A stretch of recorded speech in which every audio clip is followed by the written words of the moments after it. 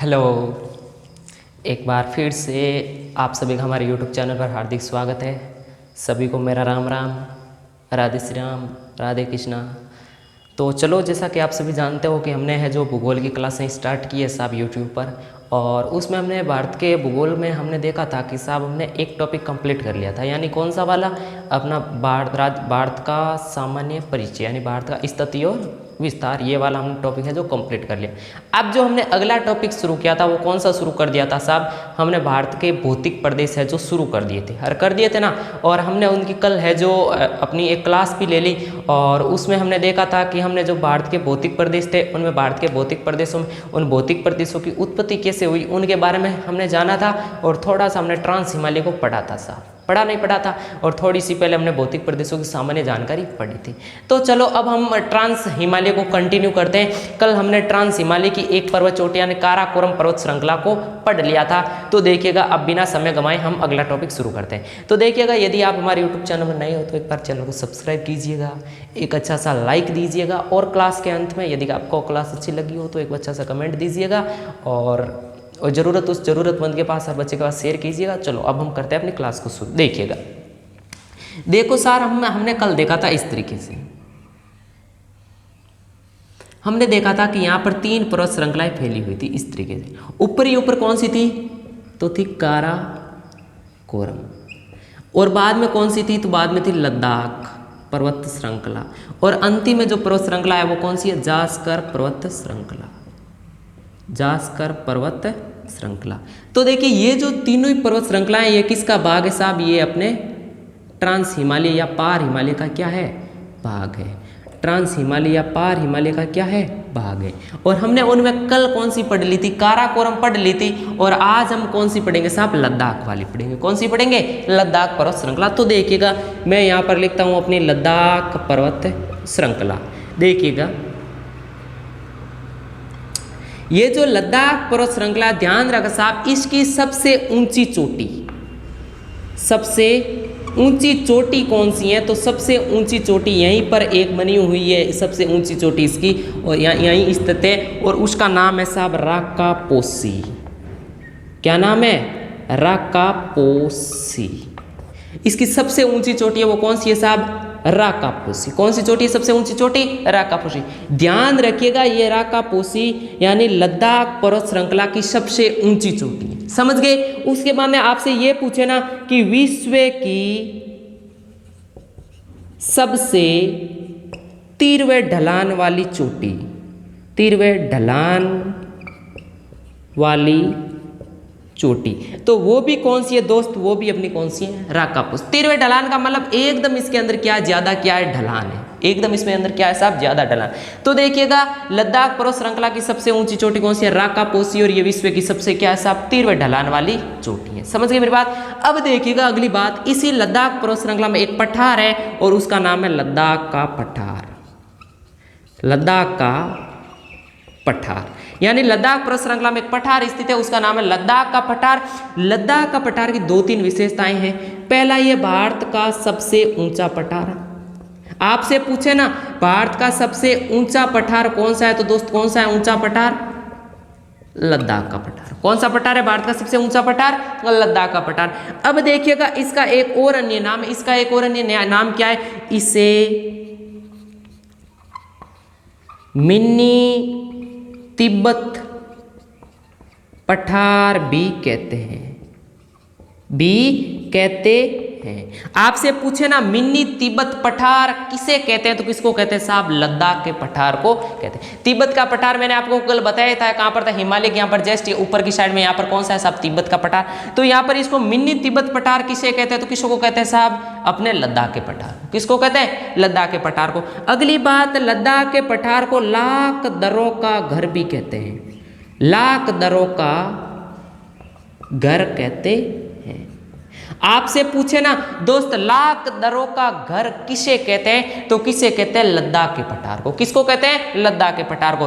तो देखो, लद्दाख के पठार की भारत का सबसे ऊंचा पठार, इसे मिनी तिब्बत पठार भी कहते हैं, और लाख दरों का क्या कहते हैं दोस्त? घर कहते हैं। उसके बाद में देखो, लद्दाख पर्वत श्रृंखला में और क्या चीजें? कुछ देखो घाटियां हैं। क्या है? कुछ घाटियां, और उन घाटियों में देखो एक घाटी बहुत महत्वपूर्ण घाटी है, उसका नाम है पुंगा घाटी। क्या नाम है?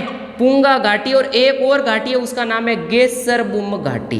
पूछे ना कि पुंगा घाटी व गेसरबुम घाटी कहाँ पर है, तो कौन से अपनी पर्वत श्रृंखला में? लद्दाख पर्वत श्रृंखला में। इस पुंगा घाटी की एक विशेषता है, ध्यान रखिएगा, भारत में भूतापीय ऊर्जा के जो स्रोत है वो कहाँ पर है साहब? पुंगा घाटी में। ध्यान रखना, भारत में भूतापीय ऊर्जा के स्रोत कहां पर है, तो कौन से घाटी में है? पुंगा घाटी में। कौन सी घाटी में? पुंगा घाटी में। अगली बात देखो, गेसरबुम घाटी, आपको नाम ही ध्यान रखना है। और पुंगा घाटी की विशेषता कि भारत में भूतापीय ऊर्जा के क्या है साहब? स्रोत है। उसके बाद में एक अगली पॉइंट, भारत में ध्यान रखना, ये मैं क्लीन कर दूं, देखो भारत में ध्यान रखना, क्या ध्यान रखना कि भारत में सबसे ज्यादा कोयला कौन सा पाया जाता है? भारत में कौन सा पाया जाता है? बिटुमिन्स। कौन सा पाया जाता है? बिटुमिन्स। और सबसे अच्छी किस्म वाला कौन सा कोयला है, तो कौन सा है? एंथ्रेसाइट। कौन सा? एंथ्रेसाइट। तो भारत में जो एंथ्रेसाइट कोयला पाया जाता है वो एकमात्र कहां पर पाया जाता है साहब? लद्दाख में पाया जाता है। कहां पर पाया जाता है? लद्दाख में। यानी भारत में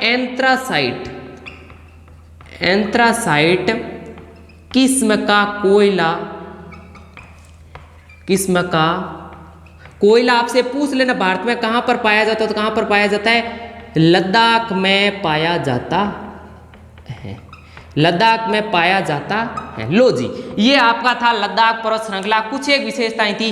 पहले सबसे ऊंची चोटी कौन सी? अराकापोसी। ये विश्व की सबसे तीव्र ढलान वाली चोटी है। उसके बाद में लद्दाख का पठार भारत का सबसे ऊंचा पठार, इसे मिनी तिब्बत पठार भी कहते हैं, इसे लाख दरों का घर भी कहते हैं। और यहाँ पर घाटियां हैं, एक तो पुंगा घाटी और एक कौन सी है? गेसरबुम घाटी। पुंगा घाटी में भारत में भूतापीय ऊर्जा के स्रोत पूछ ले कहां पर है, तो कौन सी घाटी में? पुंगा घाटी। और ये कौन से में? लद्दाख पर्वत श्रृंखला में। उसके बाद में भारत में एंथ्रेसाइट किस्म का जो कोयला है वो कहां पर पाया जाता है साहब? एकमात्र जगह पर मिलता है, वो कहां पर मिलता है? लद्दाख में। और वैसे भारत में सर्वाधिक कौन सा कोयला पाया जाता है? तो बिटुमिन्स। और सर्वोत्तम किस्म का जो कोयला होता है वो कौन सा होता है? एंथ्रेसाइट। चार किस्म होती है ना, एंथ्रेसाइट, बिटुमिन्स, लिग्नाइट और पीट। तो भारत में पाया जाता है वो कौन सा पाया जाता है? बिटुमिन्स। लेकिन भारत में एंथ्रेसाइट किस्म का जो कोयला वो एकमात्र जगह पर मिलता है, और वो कहां पर पाया जाता है दोस्त? लद्दाख में पाया जाता है। तो एक बार फटाक से इन चीजों को क्या कर ले, हल्के से आप नोट कर ले, फटाक से कर ले दोस्त।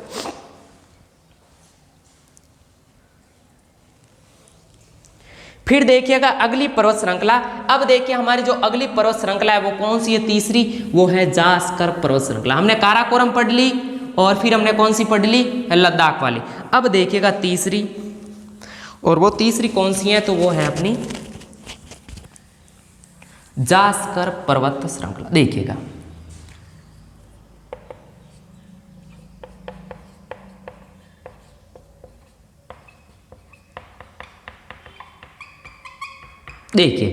अब देखो साहब, ये जास्कर पर्वत, थोड़ा छोटा सा पहले इधर मैप बनाता हूं एक।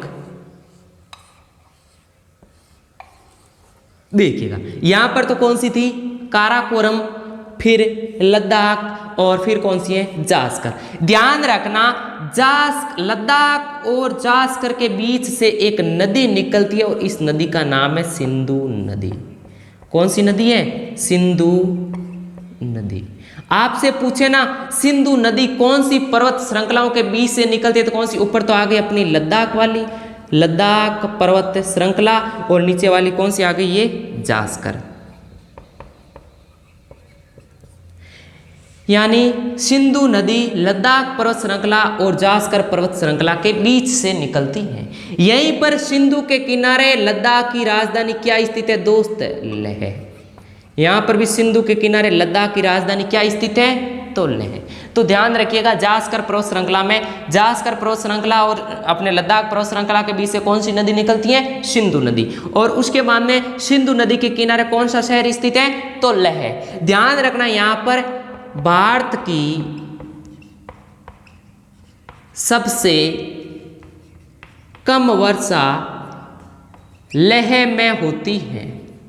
लेह में होती है। सबसे ज्यादा वर्षा मौसिनराम और चेरापूंजी। लेकिन आपको पूछे ना भारत की सबसे कम वर्षा कहां पर होती है? लेह में होती है। दोस्त होती क्यों है? तो ये दोनों ओर से किससे घिरा है? पर्वत श्रृंखलाओं से घिरा है, इसलिए यहां पर इधर से अपनी, न तो इधर से अपनी कोई वर्षा वाली शाखा आ सकती है और नहीं कोई ऊपर से वर्षा वाली शाखा आ सकती है, इसलिए ये बीच में बहुत ही क्या रहता है साहब, सूखा स्थान रहता है। क्या रहता है? सूखा स्थान। तो ध्यान रखिएगा जास्कर पर्वत श्रृंखला की पहली विशेषता उसमें क्या कि भारत का सबसे कम वर्षा वाला स्थान जो लेह है, लेह में होती है, समझ गए। और सबसे ज्यादा तो कौन सा है? जो मेघालय में खासी पहाड़ियों पर स्थित है, कौन सा? मोसिनराम और चेरापूंजी, यानी लगभग विश्व की सबसे ज्यादा वर्षा लगभग 1200 सेंटीमीटर से क्या होती है? अधिक होती है।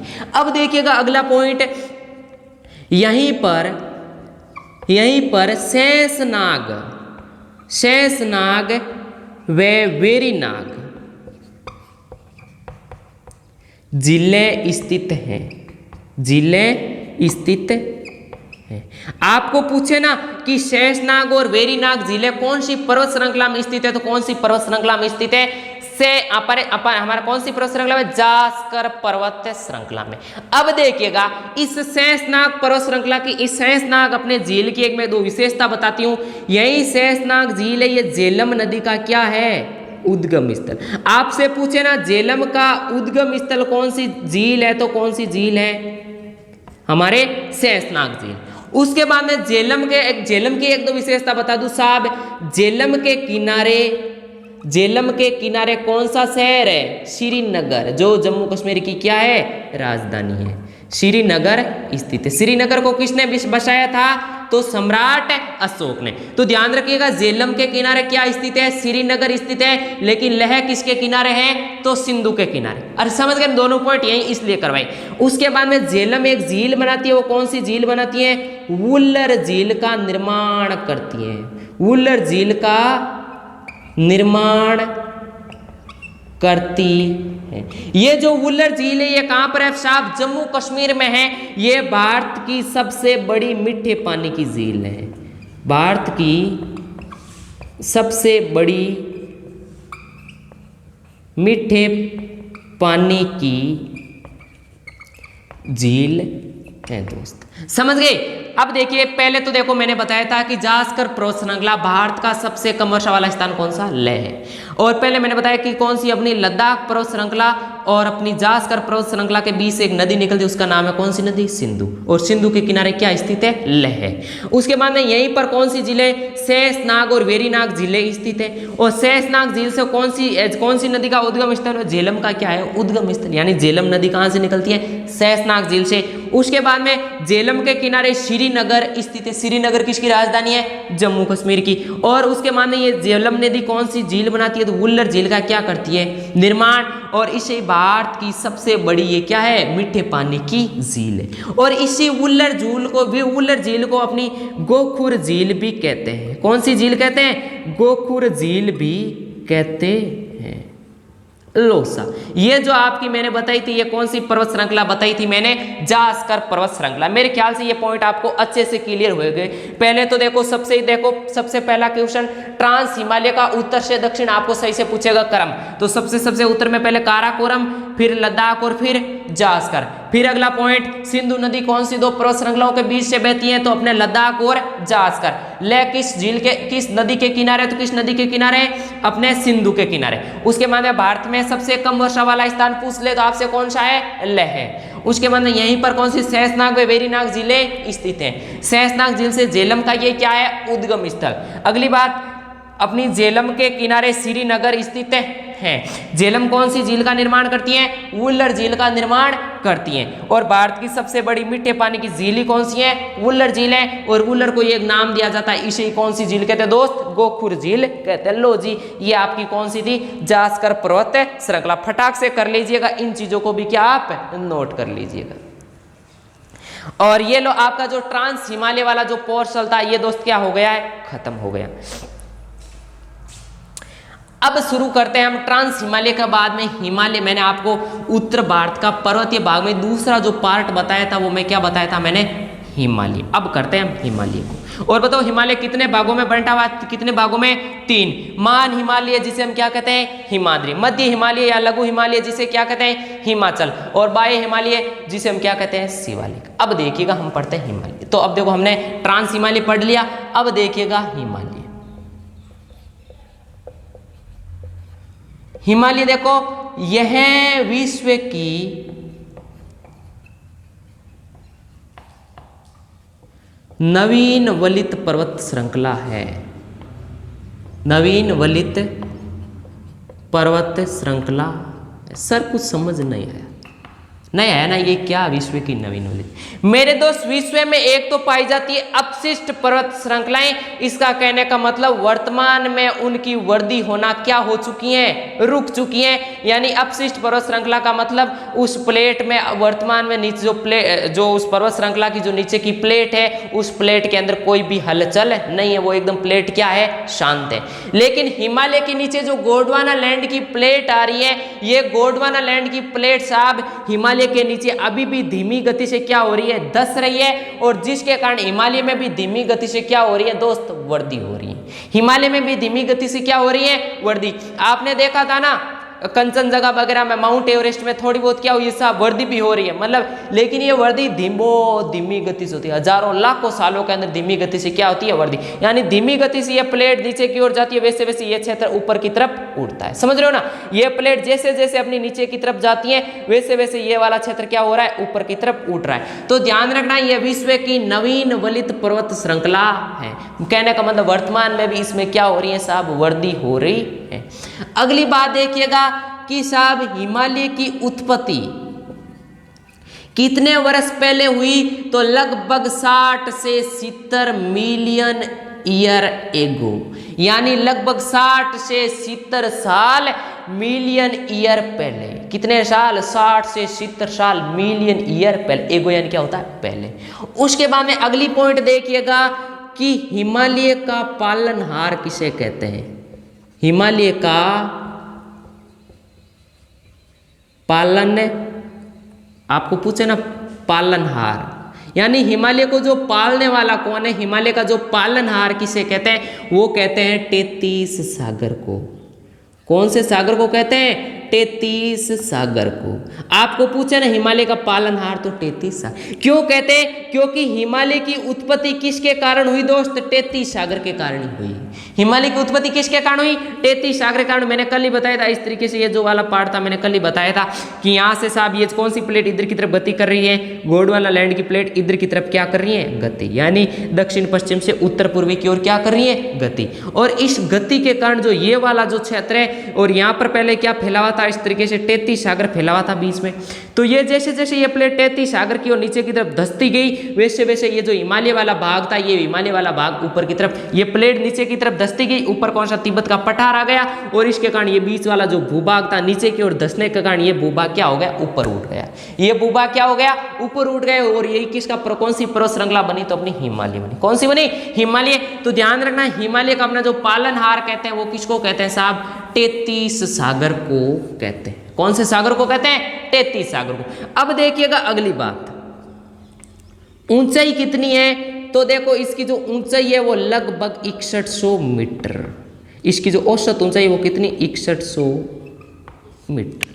समझ गए दोस्त। अब देखिए अगली बात, हिमालय के अंदर चट्टानें किस प्रकार की पाई जाती हैं, तो देखो चट्टानें, देखो चट्टानों में सबसे पहले अपनी आंतरिक भाग में, आंतरिक भाग एक अपना कौन सा आएगा, मध्य भाग, और एक कौन सा आएगा अपना बाह्य भाग। देखो आंतरिक भाग यानी हिमालय के अंदर की ओर कौन सी चट्टान पाई जाती है, तो वहां पर पाई जाती है अपनी आग्नेय चट्टानें। कौन सी पाई जाती हैं, आग्नेय चट्टानें।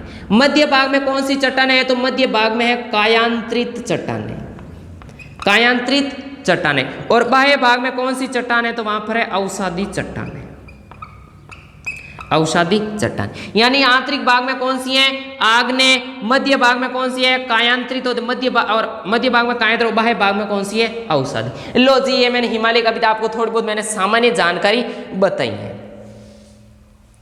अब देखो आप अगली बात कि हिमालय की आकृति, आकृति कैसी है, तो आकृति है साहब धनुषाकार। कैसी है, धनुषाकार। किस तरीके से साहब, देखो मैं तो हल्का सा यहां पर मैं बनाता हूं इस तरीके से,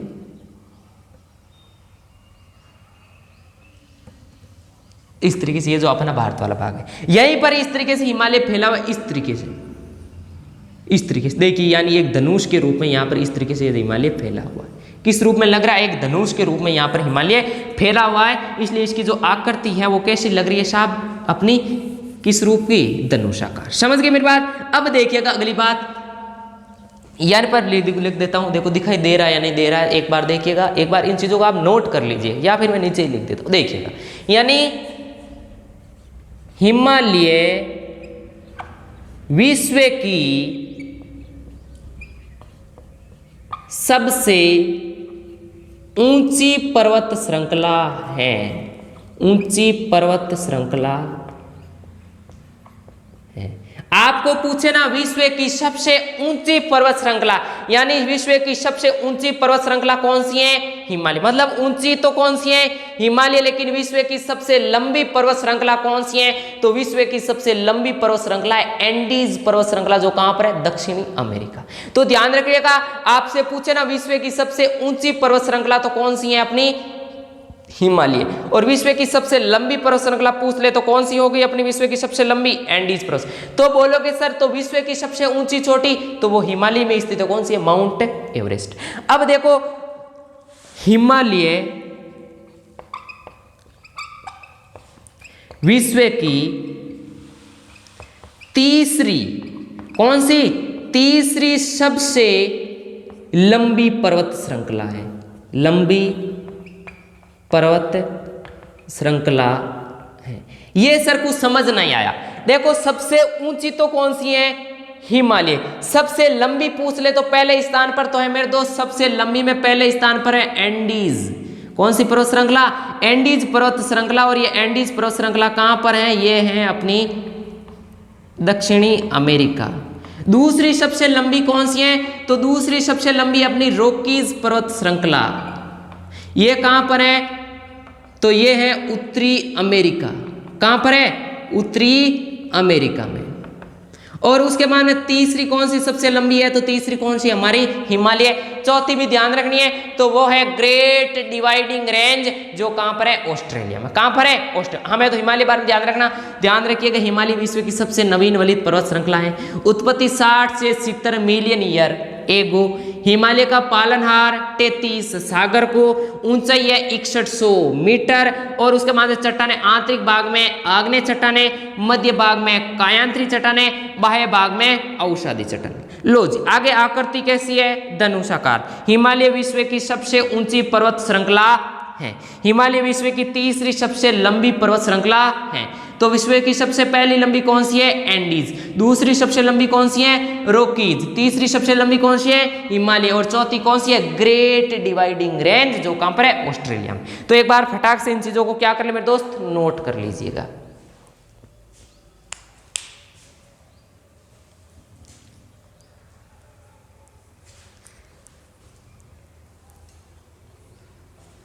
उतने मैं थोड़ा सा पी लेता हूं पानी, फटाक से नोट कर लो आप इन चीजों।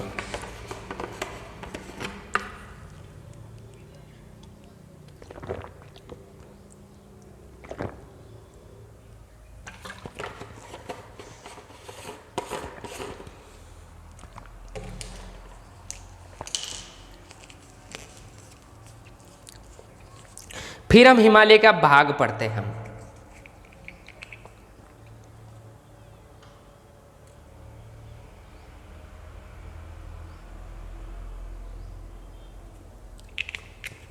अब देखिएगा अगली बात। अब हमने देखो हिमालय को कितने भागों में बांटा था साहब? तो 3 भागों में बांटा। कितने भागों में बांटा था हमने हिमालय को? 3 भागों में। पहला कौन सा था? देखो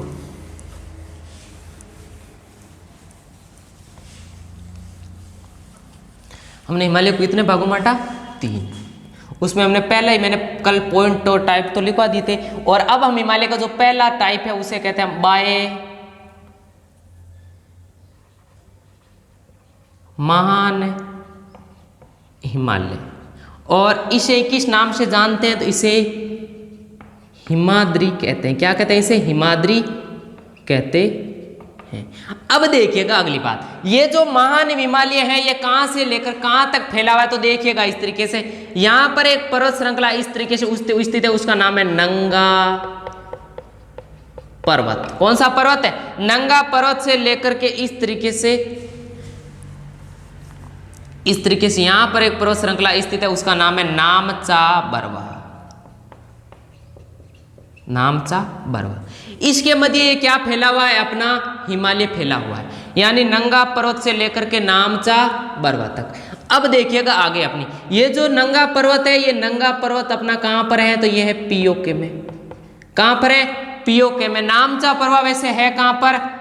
अरुणाचल प्रदेश में। कौन से प्रदेश में? अरुणाचल प्रदेश में। लेकिन कौन से? यहाँ क्षेत्र चीन अधिकृत में है, यानी ये जो क्षेत्र है यहाँ का, ये चीन के क्या किया गया है साहब? अधिकार में। यानी नामचा बरवा वाला जो है क्षेत्र, ये किसके अधिकार में? चीन। पहला नंगा पर्वत से लेकर के कौन से तक है? नामचा बरवा तक। यानी नंगा पर्वत से लेकर के कहां तक है? नामचा बरवा तक। देखो इसकी लंबाई, लंबाई कितनी है? तो लंबाई है 2500 किलोमीटर। कितनी किलोमीटर लंबाई है इसकी? 2500 किलोमीटर। उसके बाद में अपनी देखिएगा इसकी चौड़ाई, चौड़ाई है अपनी 25 से लेकर के 35 किलोमीटर। मतलब ये चौड़ा कितने किलोमीटर है? तो ये 25 से लेकर के 35 किलोमीटर। और ये लंबा कितना? यहां से ले यहां तक तो 2500 किलोमीटर। उसके बाद में देखिएगा औसत ऊंचाई, औसत ऊंचाई पूछ ले आपसे इसकी, तो औसत ऊंचाई है इसकी 6100 मीटर। कितने मीटर है इसकी औसत ऊंचाई? 6100 मीटर। तो ध्यान रखिएगा, पहला मान हिमालय, या इसे हम किस नाम से जानते हैं? हिमाद्री के नाम से जानते हैं। जो अपना नंगा पर्वत से लेकर के पीओके में है नंगा पर्वत, और नामचा बरवा जो अरुणाचल प्रदेश में यानी चीन अधिकृत क्षेत्र में। यहाँ पर इसकी लंबाई कितने किलोमीटर लंबा है? 2500 किलोमीटर लंबा है। चौड़ाई पूछ ले तो ये कितना चौड़ा है? 25 से लेकर के 35। और औसत ऊंचाई कितनी है? 6100 किलोमीटर। आप कहोगे सर ये ऐसी स्थिति क्यों है, 25 और कहीं 35 कैसे? शायद यहाँ पर बीच में तो ये चौड़ा है, बीच में तो ये ज्यादा चौड़ा है, लेकिन यहाँ पर थोड़ा और संकरा है, और उधर की साइड वापस क्या और थोड़ा और संकरा। इस तरीके से तो कहीं पर 25 है तो और कहीं पर क्या है? 35 है। अब देखिएगा अगली बात, एक बार आपका इसका क्या ले लो? स्क्रीनशॉट ले लीजिए। अब देखो मान हिमालय के पढ़ते हैं साहब ग्लेशियर। पहले मान हिमालय के क्या पढ़ते हैं दोस्त? ग्लेशियर। देखो मान हिमालय में अनेक क्या स्थित है दोस्त? ग्लेशियर स्थित है। तो मैं पहले थोड़े से आपको ग्लेशियर पढ़ा देता हूं, देखिएगा। एक ग्लेशियर स्थित है यहां पर, इसका नाम है यमुनोत्री। क्या नाम है? यमुनोत्री। और इस यमुनोत्री ग्लेशियर से कौन सी नदी निकलती है? तो इसे नदी निकलती है यमुना नदी। कौन सी नदी निकलती है? यमुना नदी। यानी यमुनोत्री हिमनद कौन से हिमालय में? तो मान हिमालय में इसे नदी कौन सी निकलती है? यमुना नदी। उसके बाद में एक और ग्लेशियर है, इसका नाम है गंगोत्री। और गंगोत्री ग्लेशियर से कौन सी नदी निकलती है? इससे निकलती है नदी अपनी भागीरथी नदी। कौन सी नदी निकलती है? भागीरथी नदी। उसके बाद में एक और ग्लेशियर स्थित है, इस ग्लेशियर का नाम है केदारनाथ। कौन सा है? केदारनाथ। और केदारनाथ से कौन सी नदी निकलती है? तो केदारनाथ से अपनी नदी निकलती है, वो कौन सी है? मंदाकिनी। कौन सी है? मंदाकिनी। उसके बाद में अगला जो ग्लेशियर है वो कौन सा है? वो है अपना बद्रीनाथ। और बद्रीनाथ से कौन सी नदी निकलती है? तो कौन सी नदी निकलती है? अपनी अलकनंदा। देखो आप यहाँ पर थोड़े कंफ्यूज हो गए, केदारनाथ से अलकनंदा या बद्रीनाथ से कौन सी? तो इतना ही ध्यान रख लेना, अलक जगई बद्री तूने, अलक जगई बद्री तूने। यानी बद्रीनाथ से कौन सी नदी है? अलकनंदा। और केदारनाथ से कौन सी है? मंदाकिनी। ये याद रख लेना। अब देखिएगा अगली बात, उसके बाद में देखो आगे और ग्लेशियर आते हैं। आगे कौन सा ग्लेशियर है? तो देखिएगा इस तरीके से एक और ग्लेशियर है जिसका नाम है अपना मिलाम। कौन सा ग्लेशियर है? मिलाम। और इसी मिलाम ग्लेशियर से नदी निकलती है, उसका नाम है काली नदी।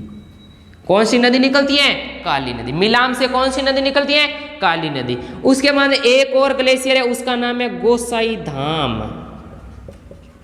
गोसाई धाम। इस गोसाई धाम से कौन सी नदी निकलती है? तो इससे निकलती है अपनी नदी कौन सी? कोसी नदी। कौन सी नदी निकलती है? कोसी नदी। फिर आखिरी एक ग्लेशियर और है, उसका नाम है जम्मू। कौन सा ग्लेशियर है? जम्मू। और जम्मू से नदी निकलती है, उसका नाम है तीस्ता नदी। तीस्ता नदी। लो जी, ये मान हिमालय के आपके जितने भी ग्लेशियर थे उन पूरे के पूरे ग्लेशियर का मैंने एक ही स्लाइड पर क्या कर दिया साहब, निपटारा कर दिया। देखिएगा, मान हिमालय को हम क्या कहते हैं? हिमाद्री भी कहते हैं। और उसके बाद इस पर क्या है, मान हिमालय पर अनेक ग्लेशियर स्थित है। उनमें से देखो एक यमुनोत्री ग्लेशियर, उससे नदी निकलती है यमुना नदी। उसके बाद में गंगोत्री ग्लेशियर, उससे नदी निकलती है भागीरथी नदी। उसके बाद में केदारनाथ ग्लेशियर, उससे निकलती है मंदाकिनी नदी। उसके बाद में बद्रीनाथ ग्लेशियर से अलकनंदा नदी। उसके बाद में मिलाम से काली नदी।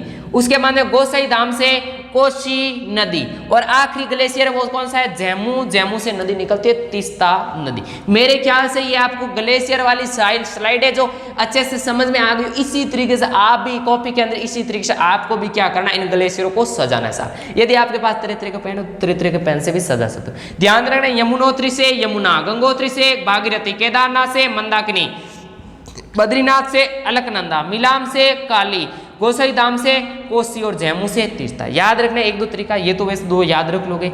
अलक जगह बद्री तूने, तो यहाँ से बद्रीनाथ से अलकनंदा हो गई। और इससे मतलब केदारनाथ से मंदाकिनी रख लोगे।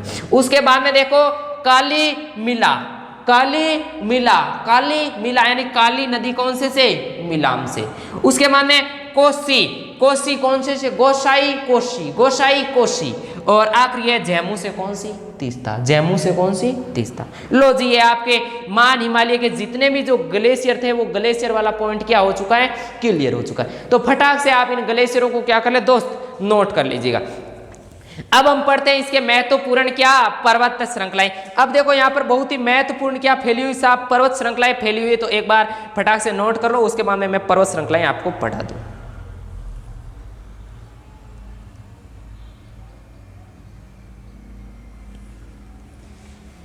लो जी, अब देखो मान हिमालय के आपको मैं महत्वपूर्ण पर्वत श्रृंखलाएं बताता हूं, देखिएगा।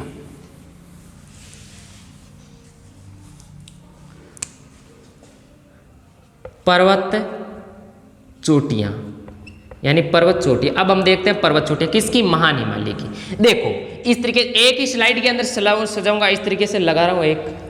ये यहां पर देखो सबसे पहले यहां पर फैला हुआ है, उसका नाम है नंगा पर्वत। कौन सा पर्वत है? नंगा पर्वत। और है किसमें? ये अपना पीओके वाले हिस्से में। ये तो मैंने आपको बताया था, ये किसमें है? पीओके में। और आखिरी में यहां पर ये तो पश्चिम है, और आखिरी यहां पर पूर्व में कौन सी है? तो यहां पर अपना है नामचा। इस तरीके से मैं लिख देता हूं अपना। आखिरी यहां पर है वो कौन सा है? नामचा बरवा। कौन सा है? नामचा बरवा। और ये है कहां पर? तो ये अरुणाचल प्रदेश। समझ गए? तो नंगा पर्वत से लेकर के हम कहां तक आएंगे दोस्त? अपने नामचा पर्वत। ये तो किसमें? पश्चिम में। और ये कौन सी है? पूर्व में। ध्यान से देखिएगा। सबसे पहले देखो यहां पर एक पर्वत श्रृंखला आती है, उसका नाम है बंदर पूंछ। कौन सी है? बंदर पूंछ। सबसे पहले यहां पर कौन सी आती है? बंदर पूंछ। बंदर पूंछ के बाद में एक पर्वत श्रृंखला और आती है, उसका नाम है कामेत पर्वत श्रृंखला। कौन सी आती है? कामेत पर्वत श्रृंखला। उसके बाद में अगली आती है यहां पर अपनी कामेत के बाद में कौन सी आती है? त्रिशूल। कौन सी आती है? त्रिशूल। और त्रिशूल के बाद में आखिरी आती है वो कौन सी आती है? नंदा देवी। नंदा देवी। लो जी देखो, पहले नंगा पर्वत ये कहां पर है? पीओके में। फिर बंदर पूंछ, कामेत पर्वत श्रृंखला, त्रिशूल पर्वत श्रृंखला और नंदा देवी पर्वत श्रृंखला। ये चारों ही कहां पर हैं? ये चारों ही दोस्त हैं उत्तराखंड में। उत्तराखंड में। कौन सा खंड में? उत्तराखंड। अब देखिएगा आगे, उसके बाद में आगे आती है अपनी, देख लो, अन्नपूर्णा। कौन सी आती है? अन्नपूर्णा।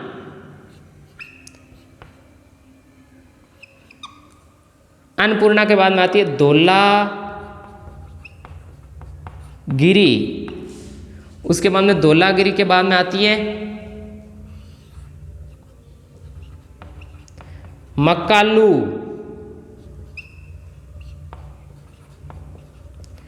माउंट एवरेस्ट, और एक यहां पर आती है उसका नाम है मशालू। कौन सी आती है? मशालू। तो ये जो पांचों की पांचों हैं, ये कहां पर है मेरे दोस्त? ये कहां पर है? ये है नेपाल में। कहां पर है ये? नेपाल में। यानी देखिएगा, नंगा पर्वत पीओके में, बंदरपूछ, कामेत, त्रिशूल और नंदा देवी कहां पर है? उत्तराखंड। अन्नपूर्णा, धौलागिरी, मकालू, माउंट एवरेस्ट और मशालू कहां पर है? तो नेपाल में। उसके बाद में ध्यान रखिएगा, यहां पर सिक्किम में कौन सी आती है? तो सिक्किम में आती है अपनी कंचनजंगा। यहां पर कौन सी है? कंचनजंगा। और ये कंचनजंगा कहां पर है दोस्त? ये अपने सिक्किम में। कहां पर है? सिक्किम। लो जी, ये आपके मान हिमालय की जितनी भी जो पर्वत चोटियां थी, उन पर्वत चोटियों के मैंने एक बार फिर से पूरे के पूरे नाम एक ही स्लाइड पर दर्शा दिए।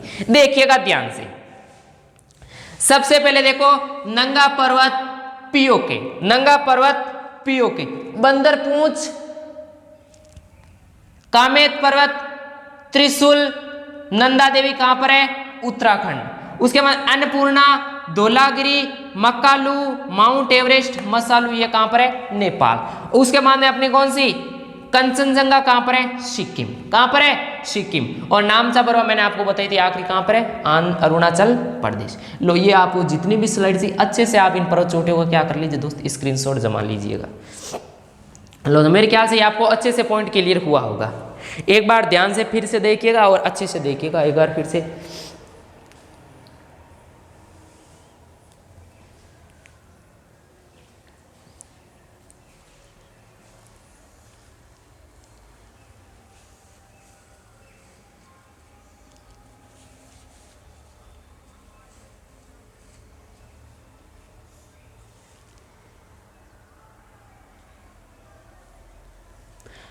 अब देखो, हम पढ़ते हैं अगली बात।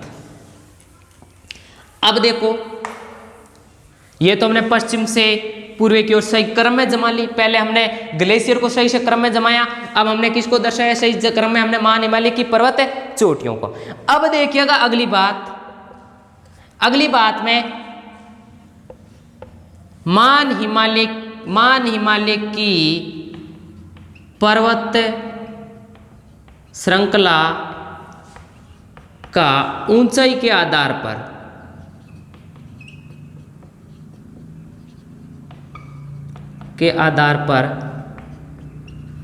घटता क्रम। देखिएगा, सबसे पहले नंबर पर कौन सी आती है? सबसे ऊंची कौन सी? तो माउंट एवरेस्ट। पहली बात, चाहे मान हिमालय बोलो चाहे हिमालय बोलो, हिमालय की सबसे ऊंची चोटी, हिमालय की सबसे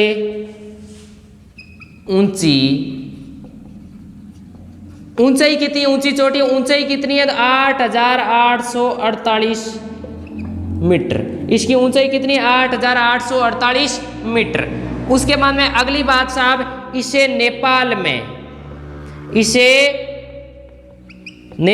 में सागर माता कहते हैं। क्या कहते हैं? नेपाल में सागर माता कहते हैं। इसे तिब्बत में चोमालुंगमा कहते हैं। क्या कहते हैं? चोमालुंगमा कहते हैं।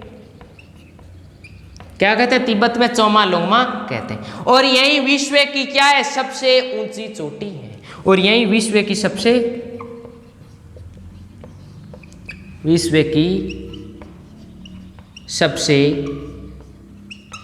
ऊंची चोटी है। लो जी, ये आपकी कौन सी कर ली हमने? Mount Everest. तो देखिएगा, माउंट एवरेस्ट को एक बार फिर से देखिए, उतने में मैं थोड़ी सी सही डाल देता हूं अपने।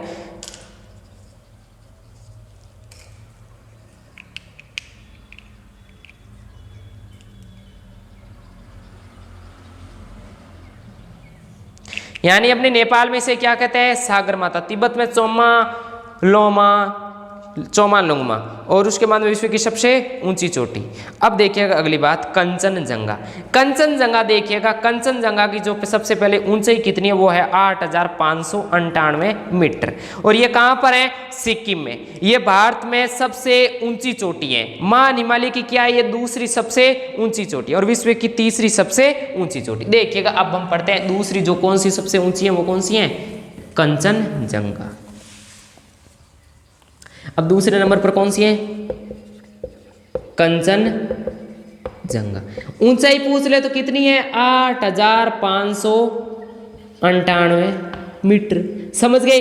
उसके बाद में अगली बात, यह हिमालय की दूसरी सबसे ऊंची चोटी है, ऊंची चोटी है। अब देखो, यह विश्व की तीसरी सबसे ऊंची चोटी है, तीसरी सबसे ऊंची चोटी है।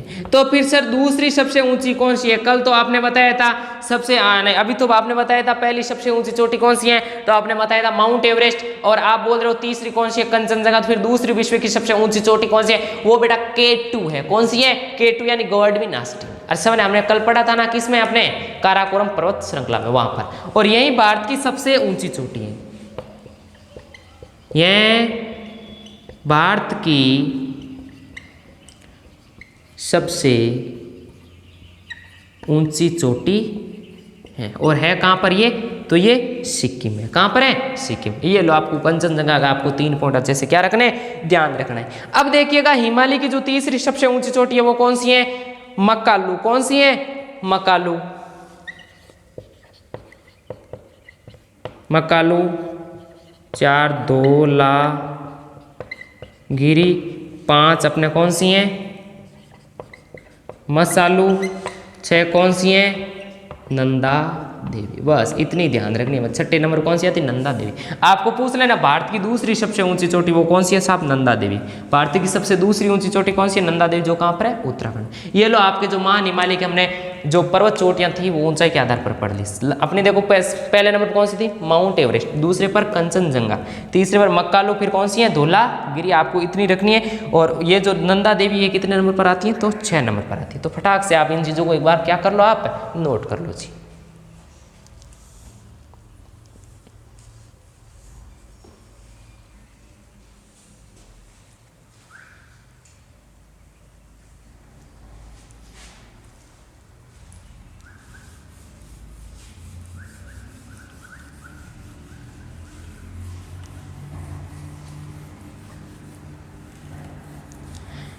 लो तो जी, हमने महान हिमालय वाला जो भाग था वो क्या कर लिया है? कंप्लीट कर लिया है।